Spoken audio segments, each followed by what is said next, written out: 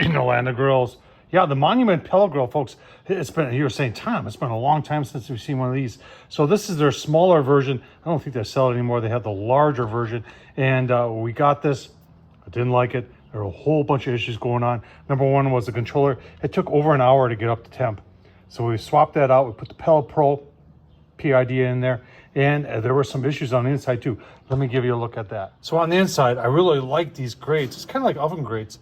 But let's open up and I'll show you the issues that I have. All right, racks removed, the grease trays removed, flame tamers removed, and there were big holes on this outside that were cut out. I don't know what the heck they were for, but it was allowing a lot of fresh air in, and you couldn't get the temp on this grill.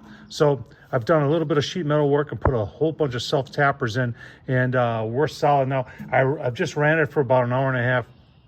And it was holding temps very well, thanks to the PID from Pellet Pro and the fact that the holes are now covered up. But we're gonna do some chicken legs on here because I want to see now how it cooks. All right, got the PID from Pellet Pro set at 400.